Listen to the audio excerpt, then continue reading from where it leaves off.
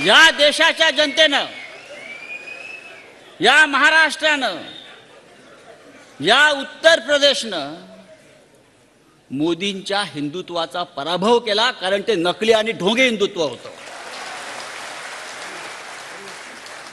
आणि महाराष्ट्रामध्ये भास्करराव आपण म्हणताय ते खरं आहे, सट्टा लागला त्यांना. बघा, त्यांना सत्ता लागलाय, सत्ता, सत्ते पे सत्ता. पण हा त्यांना शेवटचा आकडा आहे. यानंतर त्यांचा आकडा या महाराष्ट्रामध्ये लागणार नाही. हा सट्टा बाजार, हा स्टॉक एक्सचेंज, हा शेअर बाजार, हा नेहमी तात्पुरता असतो, कधी कोसळतो. दिल्लीतही कोसळणार आहे आणि महाराष्ट्रातही कोसळणार आहे. कसला स्ट्राईक रेट हो, कसला स्ट्राईक रेट. स्ट्राईक रेट महाराष्ट्रामध्ये वाढलाय तुमच्या बेईमानीचा, गद्दारीचा, आणि तो आम्ही खाली आणू. 7 जागा मिळाल्या,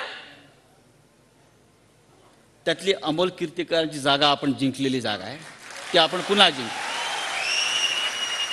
या देशामध्ये भारतीय जनता पक्षाच्या 110 जागा या 500 ते 1000च्या फरकाने जिंकलेल्या आहेत.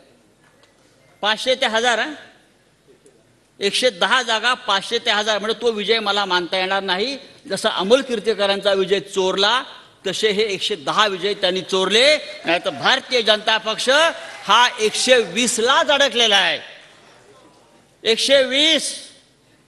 120च्या पुढे भारतीय जनता पक्ष गेलेला नाही. नरेंद्र मोदी, लोक म्हणतात ते हारलेच होते. अमोल कीर्तीकरांच्या प्रमाणे त्यांचा विजय शेवटी खेचून आणला. देशाचे प्रधानमंत्री 5 फेऱ्या, पहिले 3 तास पिछाडीवर पिछाडीवर पिछाडीवर पिछाडीवर, जिथे जिथे हिंदुत्व, जिथे जिथे मंदिरं, तिथे तिथे भाजपचा पराभव झालाय, लक्षात घ्या.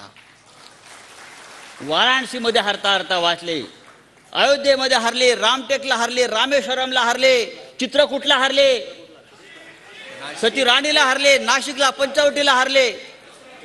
जिथे राम